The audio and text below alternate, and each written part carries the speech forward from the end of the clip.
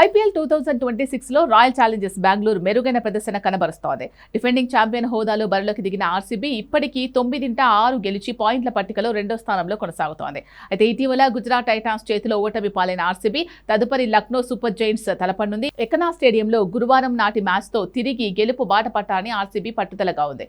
ఈ నేపథ్యంలో ఆర్సీబీకి భారీ ఎదురుదెబ్బ తగిలినట్టు తెలుస్తోంది. గత కొంతకాలంగా జట్టుకు దూరమైన విధ్వంసకర ఓపెనర్ ఫిల్ సాల్ట్ గాయం నుంచి కోలుకోలేదని సమాచారం.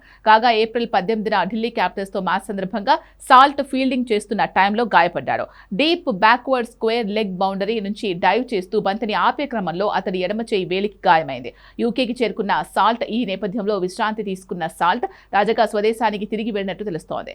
యూకేకి చేరుకున్న అతడు గాయానికి సంబంధించి స్కానింగ్ చేయించుకున్నట్లు సమాచారం. కాగా గత 3 మ్యాచ్ల్లో సాల్ట్ ఆడలేదు. అతడికి బదులు ఇంగ్లాండ్ మరో స్టార్ జేకబ్ బెథెల్ విరాట్ కోహ్లీతో కలిసి ఆర్సీబీ ఇన్నింగ్స్ ఆరంభిస్తున్నాడు. కాగా సాల్ట్ ఇప్పటికీ 6 ఇన్నింగ్స్లో కలిపి 202 పరుగులు సాధించాడు. అయితే త్వరలోనే అతడు కోలుకొని తిరిగి జట్టుతో చేరతాడని ఆర్సీబీ ధీమాగా ఉన్నట్టు తెలుస్తోంది. ప్లే ఆఫ్స్ నాటికైనా సాల్ట్ అందుబాటులోకి వస్తాడు అనే ఆశాభావంతో ఉంది. ఇదిలా ఉంటే గుజరాత్ టైటాన్స్ తో ఏప్రిల్ 30న మ్యాచ్ ముగించుకున్న ఆర్సీబీకి దాదాపు వారం రోజుల విశ్రాంతి లభించింది. దీంతో జట్టు మాల్దీవులకు విహారానికి వెళ్లింది.